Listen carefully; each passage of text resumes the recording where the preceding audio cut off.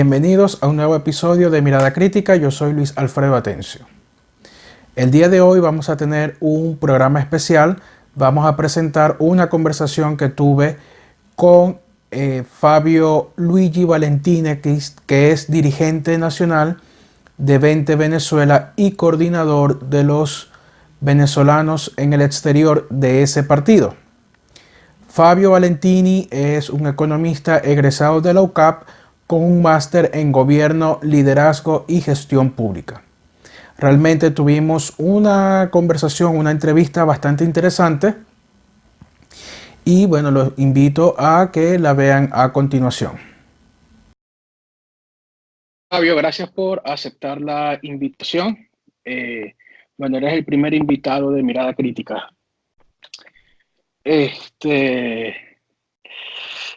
Bueno, vamos a comenzar por el principio, ¿no? Lo primero que quería es saber tu opinión sobre el nombramiento de el régimen de Maduro en el Consejo de Derechos Humanos de la ONU. Sí, bueno, muchísimas gracias por esta oportunidad, Luis Alfredo. Gracias y honrado de que, bueno, sea el primer invitado a este programa. Me complace muchísimo ayudar al talento venezolano en cada uno de los emprendimientos que precisamente pues lidera y lleva a cabo. Con tu pregunta, pues bueno, mira, un análisis muy superficial pudiese ser precisamente que se demuestre que ahí no se debe ni enfocar, ni debatir, ni discutir el conflicto venezolano, que ese no es el espacio, que el espacio es precisamente dentro del hemisferio, es decir, en las Américas y con los esfuerzos que ha venido liderando la OEA y en particular el secretario general Luis Almagro, en que no nos debe sorprender que este tipo de cosas sucedan en el seno de organizaciones quizás no anticuadas, pero no adaptadas a estos tiempos globales como las Naciones Unidas, que adicionalmente pues apuestan mucho más por la autocracia que por la democracia. Y más en un Consejo de Derechos Humanos, donde entonces no solo le dan tribuna a países como Venezuela, sino la República Democrática del Congo, que también tiene muchísimos casos abiertos por comisión de crímenes de lesa humanidad, sino que bueno, no nos ha de sorprender esto, sino más bien la lectura que debemos darle es que se ratifica que por ahí no es la cosa, sino que lo debemos manejar acá en el hemisferio. Correcto. Sí, pues, más de acuerdo no puedo estar contigo. Y con respecto, digamos, basando en esto que tú me estás diciendo y que va muy acorde a lo que yo pienso al respecto, ¿tú consideras que en un futuro, o en una Venezuela del futuro ya libre de este sistema criminal, se deberían tomar acciones similares a las que tomó la administración de Donald Trump de retirarse del Consejo de Derechos Humanos precisamente por estas mismas razones? Bueno, yo creo que una vez se alcance precisamente esa libertad Venezuela, y no solo a manera de su diplomacia, sino de la concepción de cómo la nueva Venezuela se adentra en el mundo global y precisamente cómo esa nueva Venezuela va a dar a conocer pues la bandera, que es haber superado una de las tiranías más modernas y mejor instaladas en un país como la del chavismo, expansible, es decir, con miras y con fines expansionistas, pues evidentemente será la de liderar una diplomacia y una política agresiva en contra de todo tipo de tiranía y en defensa de cada uno de los sistemas que precisamente resguardan y protegen las libertades individuales. De manera que si el Consejo de Derechos Humanos continúa con estas opciones, pues muy en lo particular sí considero que Venezuela ha de retirarse de un consejo que lo menos que tiene es precisamente la defensa y protección de los derechos humanos. Sí, bueno, sin duda. Por eso quizás muchas veces la administración Trump ha sido muy criticada, pero porque ha tomado medidas poco populares, pero que al uno pues analizar a profundidad, pues tiene mucho sentido, ¿no? Antes de entrar en el tema de Venezuela, creo que considero que es bien importante mencionar sobre todo lo que está pasando en Latinoamérica. Sé que desde 20 Venezuela he visto ya varias declaraciones con respecto al Foro de Sao Paulo y el Grupo de Puebla, y, digamos, este apoyo que le están dando todos estos grupos subversivos que están en estos distintos países que tienen un gobierno democrático, pues evidentemente con el fin de desestabilizar, ¿no?, la región.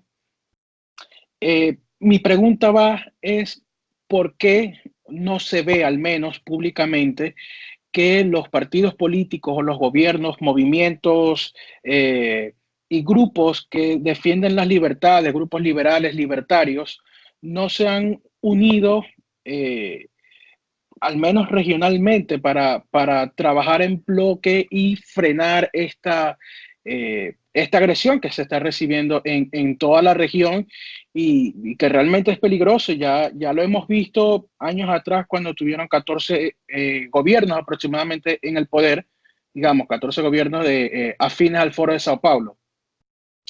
¿Y por qué no se ve esta defensa, digamos, de los demócratas en grupo? Porque la izquierda sí tiene esa estrategia y esa forma de trabajar muy, que podría ser hasta envidiable, ¿no? Ellos trabajan muy cohesionados y no vemos lo mismo del otro lado. Sí, bueno, mira, lo que yo te puedo decir, Luis Alfredo, es que si tú me dices dónde ubicar hoy a estos gobiernos, pues creo que sería quizás en la Venezuela de finales de los 80, principios de los 90, donde aún no se creía que el riesgo existía y que Venezuela no escapaba de ser pues una próxima víctima del comunismo. En aquel momento, evidentemente, liderado por los Castro, en este momento ya liderado por el eje Caracas-La Habana. Yo creo que efectivamente hay que generar esa presión y orientar a que esas fuerzas se reúnan, que unan precisamente cada una de las fortalezas de lo poco, o bueno, lo fortalecido que aún tienen sus estados de derecho, para utilizarlas en favor de extirpar de una u otra forma pues las células cancerígenas, llámese grupos violentos, insurgentes, o sí, pues dirigidos y quizás con un poco un marco ideológico más orientado hacia las ideas marxistas, que están ahí a propósito y con el fin de buscar, pues, desestabilizar e irrumpir y de una u otra forma entonces terminar de resquebrajar las democracias latinoamericanas, que tú bien sabrás no son completamente estables, y para muestra de ello que en estos momentos la crisis exista quizás en la democracia más estable de la región, de Latinoamérica, como lo es Chile, pues entonces entender que la extirpación de estas células pasa por la cohesión de todos aquellos que reconocen esta amenaza. Es decir, no podemos pretender que exista una unidad de estos interlocutores, de estas fuerzas vivas, llámese gobierno o grupos que entienden este peligro, si aún precisamente entre todos no comprendemos que esto está muy bien organizado, que nada de esto es casual, que lo que pretende ser una simple reivindicación o molestia por el aumento de una tarifa o por la reducción de unos subsidios y el aumento del precio de la gasolina en Ecuador, pues entonces estas manifestaciones se producen.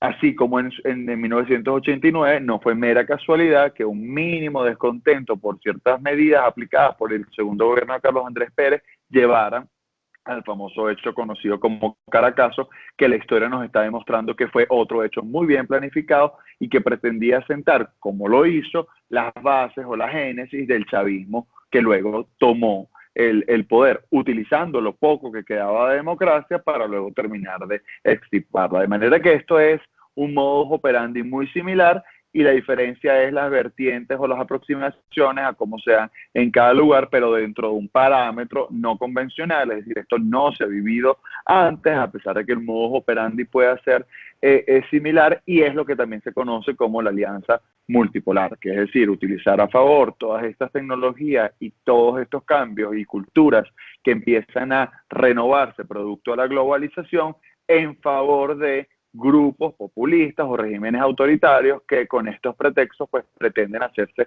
del control del poder. Por eso es que ahorita en Chile escuchas que ya no es el problema no es el metro o la tarifa del metro, sino el problema es la cabeza de Piñera. Sí, efectivamente, y de hecho, una de las cosas que yo siempre he considerado importante que se deben tomar en cuenta es que la izquierda, luego de abandonar, digamos, la lucha violenta y de las guerrillas, se fueron por el lado la lucha cultural, ¿no? En las universidades, o sea, en el tema de educación, los medios de comunicación y todo lo demás que están en manos de estos grupos, o al menos de la izquierda, a nivel mundial, ¿no? Las principales medios de comunicación, universidades y las escuelas.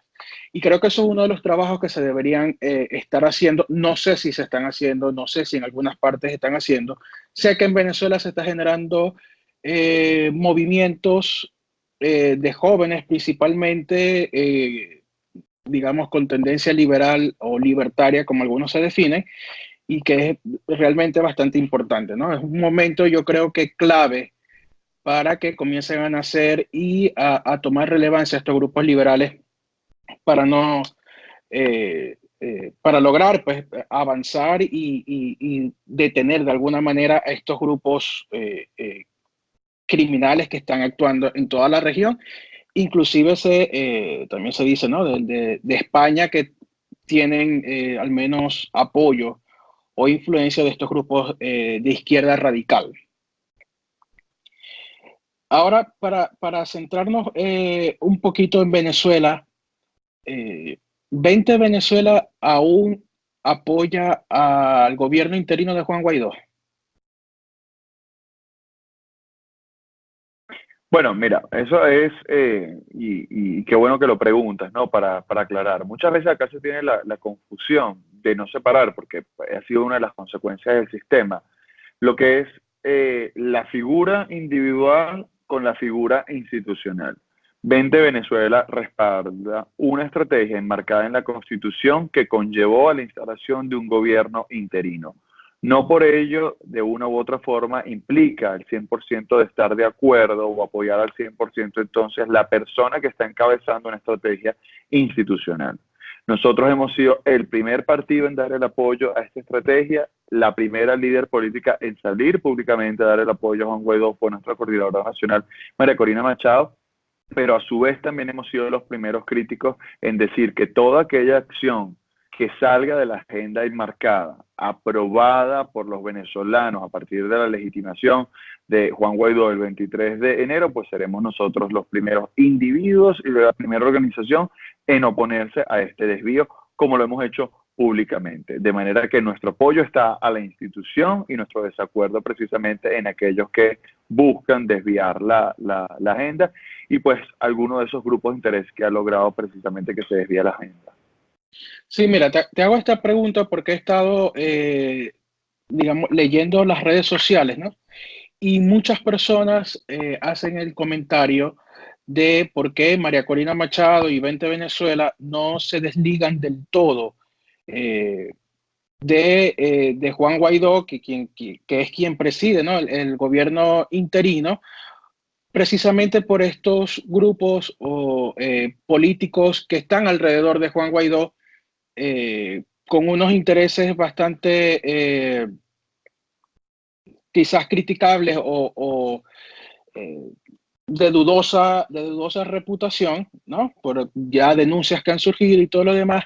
Y muchas personas, al menos en las redes sociales, opinan que el mantener, digamos, de cierta forma ese apoyo a Juan Guaidó podría afectar la credibilidad o la confianza que ha construido María Corina Machado y 20 Venezuela a lo largo de estos años de lucha, ¿no? Entonces, yo sé que es una pregunta que quizás no me la vas a responder, pero que mucha gente se hace. ¿Han considerado 20 Venezuela, digamos, desmarcarse o desligarse por completo del gobierno interino por no haber arrojado ningún resultado eficiente en estos 10 meses? Lo que te puedo decir, Luis Alfredo, es que 20 Venezuela, si algo ha procurado siempre preservar, es un principio que muy pocos acá mantienen en política y consideran que no es del todo relevante, como lo es precisamente la coherencia y la ética a la hora de ejercer la política. Ello conducirá a que nuestro partido entonces tome la decisión más prudente, adecuada a estos tiempos y también bajo las demandas que requieren no solo los venezolanos, sino también los interlocutores internacionales. Insisto nuevamente, nuestras acciones siempre han sido en respaldo al poco o al mínimo reducto institucional que sigue imperando en Venezuela, como es la Constitución, y dentro de ella, pues nosotros hemos respaldado cada una de nuestras estrategias y hemos también alzado la voz las veces que hemos debido alzar las voces, y creo que a fin de cuentas el tiempo hoy demuestra que nuestra narrativa siempre fue la más acorde y la más coherente a los tiempos y a cómo se están realizando, sobre todo, o dando los hechos, no solo en Venezuela,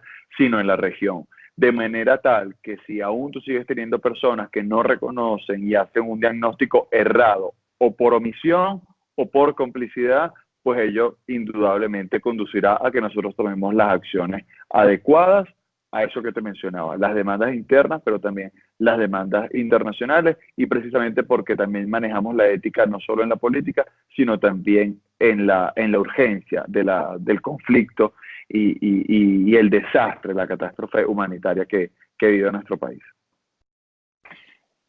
Ok, María Corina Machado, bueno, esto estamos grabando hoy 24 de octubre, creo que es hoy. María Corina Machado ayer declaró sobre una concentración, una protesta que se estaba convocando, y mencionaba que para poder movilizar no se podía salir de la ruta que se había planteado inicialmente, que era el cese de la usurpación, gobierno de transición y elecciones libres. Aparentemente, y lo que se ve a todas luces es que esta ruta ha sido cambiada por completo, o es al menos lo que se ve públicamente. ¿Cuáles son entonces los pasos que deberíamos seguir, digamos, los venezolanos que no militamos en ningún partido, que no estamos, digamos, la sociedad civil? ¿Cuáles son las acciones que se deben tomar dentro de Venezuela para lograr producir el cambio del sistema que es tan necesario? Porque evidentemente, y esto es una opinión muy personal, en estos 10 meses no se ha visto ningún resultado por parte del gobierno interino, lo que genera en muchas personas frustración, desesperanza, lo que ha generado también, por supuesto, este exilio y este éxodo masivo, ¿no?, de refugiados venezolanos. Entonces, ¿qué es lo que podemos hacer al margen, digamos, del gobierno de transición si este no retoma la ruta inicial planteada? Bueno, a fin de cuentas, el destino y el país por el cual luchamos nos pertenece a nosotros, Luis Alfredo, no le pertenece ni a un grupo político, ni personalmente a un gobierno, sea provisional, interino o legítimo. Entonces, cada uno de los venezolanos, y sé que puede sonar algo muy genérico o evasiva mi respuesta, pero cada uno de los venezolanos sabe cuál es su deber de cara a esta lucha, y evidentemente sabrá también cuál es su deber de cara a continuar una lucha, sea con el gobierno interino o bajo esta situación, o sea, al margen de este gobierno interino, de las personas que lo componen, ¿no? Y con eso te quiero decir que una de las tantas acciones que podemos realizar a lo interno precisamente es organizarnos para enfrentar y darnos aún el apoyo que necesitamos como venezolanos, de entender que estamos viviendo un conflicto jamás antes visto, y que una de las grandes estrategias que utilizan a su favor es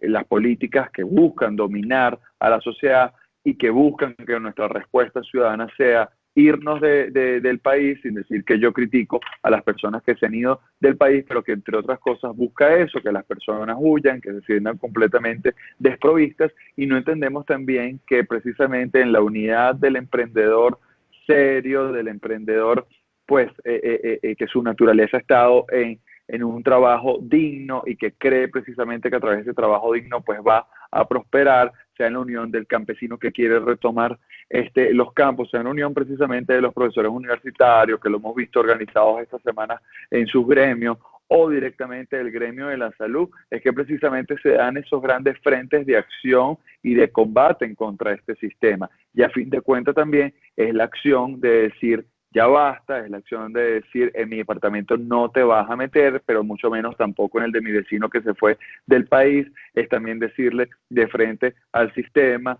que por más condiciones o por más censos que tú quieras realizar, pues yo no te voy a dar los datos. Es decir, es también enfrentarlo y entender si, y tú me dirás, bueno, pero el miedo de las personas, los niveles de presión, los niveles de persecución, es cómo darnos fuerza a nivel de sociedad para enfrentar y superar cada uno de estos obstáculos, a la par que también nosotros demostramos que sin una ayuda extranjera, pues no se va a poder generar el quiebre interno y la salida de todo este sistema. Pero para ello también nos lo tenemos que creer nosotros como venezolanos y tenemos también nosotros que no resistir, sino hacerle frente a estas personas para que ellos no nos terminen dominando, porque eso también motiva a los actores internacionales, porque eso también incentiva que las acciones que se deben de dar se terminen dando, y ello motiva también al descrédito del interlocutor que ha fallado en todos estos medios de decir precisamente que Venezuela es un conflicto atípico y que obligatoriamente requiere de una ayuda internacional explícita y públicamente notificada. Ahí estamos de acuerdo, pero ahora la pregunta surge es, evidentemente los venezolanos solos no podemos resolver este tema porque es un sistema de crimen organizado, ¿no? Y ciudadanos desarmados es muy cuesta arriba. Ahora bien, las acciones que se han venido tomando por quienes representan la institución del gobierno interino, que es en lo que se apoyan los gobiernos o la comunidad internacional, no son estas mismas acciones las que han obstaculizado de alguna manera que la comunidad internacional pueda actuar. A ver, y para explicarme un poquito más. Es decir, al ver estos síntomas de, digamos, de acudir a un diálogo repetido, de estas reuniones, de estos casos de corrupción que han sido denunciados y no han sido esclarecidos del todo, digamos, de mantenerse con estos mismos actores que han estado por muchos años con la tendencia del colaboracionismo o de la cohabitación, haya eso frenado el posible actuar de la comunidad internacional de manera determinante para poder efectuar el quiebre. Totalmente, totalmente, porque ha fallado la interlocución, como te digo, y porque no se ha solicitado eso, y porque en términos muy reales, tal como hemos dicho en Vente Venezuela, el temor no es a la intervención no propiamente como el desembarco de Normandía, sino es más bien precisamente esa fuerza extranjera que se une a la fuerza interna y genera esa amenaza creíble que hace precisamente que entonces tú superes al enemigo en términos de fuerza, valga la redundancia. Es precisamente que no es el temor, no es el miedo a esa intervención, sino es a la justicia. Porque estas personas que tú has descrito constituyen grupos de intereses que en diferentes porcentajes o en diferentes instancias, pues terminan formando parte del mismo sistema. Entonces, no podemos pedir que ciertos interlocutores avalen una acción que ponga fin a este sistema porque saben que tarde o temprano, o por un nexo u otro, ellos también, o sus intereses también se ven comprometidos. Y eso es un gran vicio que no solo ha pasado durante el chavismo, sino que ha sido un vicio histórico en Venezuela, que es la cohabitación. Es decir, sacrificar tus principios, sacrificar tus valores, sacrificar tu propia dignidad y la de tu entorno, para entonces poner ante todo unos intereses que tienes ya comprometidos con otro ente, que entonces te van a llevar a una decisión racional, y es un poco también la lógica del criminal, que si tocan al otro, pues tarde o temprano también me van a tocar a mí, y pues entonces mi decisión de juego, hablando en teorías de juego, pues va a llevar a que mi jugada principal o la primera apuesta que yo haga en todo este juego sea yo salir lo menos perjudicado posible. Y salir yo lo menos, si salir yo lo menos perjudicado posible es cohabitar con el otro, pues entonces esa será mi estrategia dominante. Bueno, ahí es cuando nosotros digamos, los ciudadanos tenemos que hacer nuestra parte, ¿no? Y creo que los políticos también, ¿no? Dejar de lado un poco, y creo que María Corina es uno de los políticos que se ha destacado, digamos, en eso, dejar de lado la corrección política y lo políticamente correcto y hablar pues con la verdad, ¿no? Hablar con sinceridad y dar nombres si es necesario dar nombres. Y afortunadamente ha surgido un periodismo venezolano principalmente muy joven, quienes están haciendo la labor real de periodistas y no de propagandistas que hay de lado y lado, ¿no? Eh, ahora, Correcto. y ya para finalizar, al momento de que llegue el cambio del sistema a Venezuela, que esperemos sea muy pronto, ¿no? Esperemos ya sea, si es este año, mucho mejor. ¿Tú crees que la sociedad venezolana está preparada para los cambios necesarios y drásticos que hay que hacer para poder recuperar y reconstruir el país?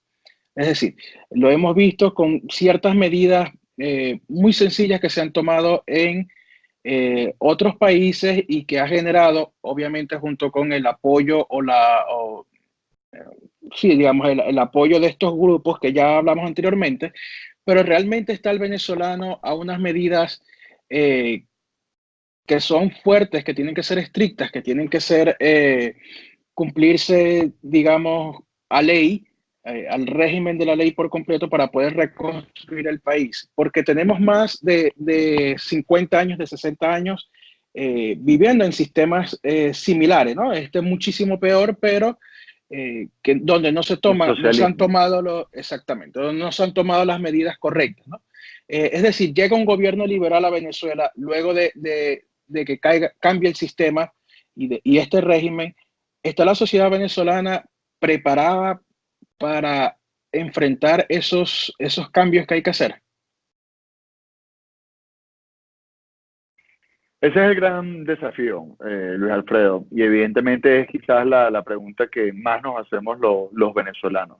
Yo te puedo dar fe y entendiendo también el área en el que me desenvuelvo, que es trabajando con la diáspora, que nuestra diáspora está teniendo una lección particular en el país en el que se encuentre, visualizando qué se necesita para vivir en sociedades libres, a pesar de que vivan en sociedades que no son 100% libres, pero a su vez también el venezolano al interno que ha comprendido que mientras más control haya, más pobreza hay, que mientras menos le dejen alcanzar sus metas personales, pues entonces más perjudiciales y menos sueños se puede consolidar y que mientras más grande sea el Estado y más se involucra el Estado en las decisiones personales, pues los resultados son los peores. Es decir, el venezolano ha comprendido cuáles son las nociones esenciales que apunta el socialismo para destruir con cada una de las instituciones, comenzando por la familia.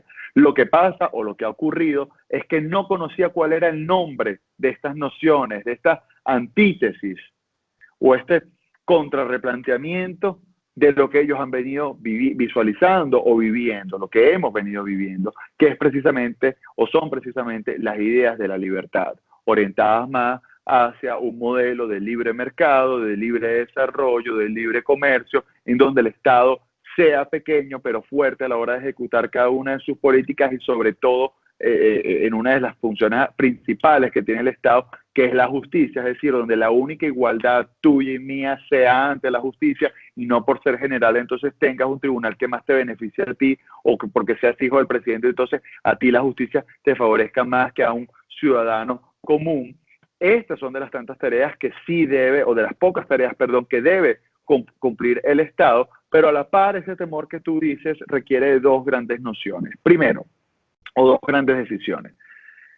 Los incentivos que apunten efectivamente a que el venezolano comprenda y entienda que para vivir bien se necesita entonces acoplarse a un sistema de vida que lo requiere a él como ciudadano empoderado y al Estado muy controlado, rindiendo cuentas y transparente. Es decir, no es solo que yo tenga que saber cómo ser ciudadano, sino también saber yo qué le exijo al gobierno. Y eso es garantía también entonces para que ese gobierno sepa qué debe hacer y qué debe responderle al ciudadano y asumir ese compromiso de que cuando te van a votar es porque usted debe rendir cuentas y porque usted debe tener un Estado descentralizado y porque también entonces debemos cambiar, entre otras culturas o entre otros paradigmas, el tema de modificar la Constitución cuantas veces a nosotros nos dé la gana. Y la otra gran decisión que debe enfrentar nuestro país es tener un liderazgo político con voluntad política.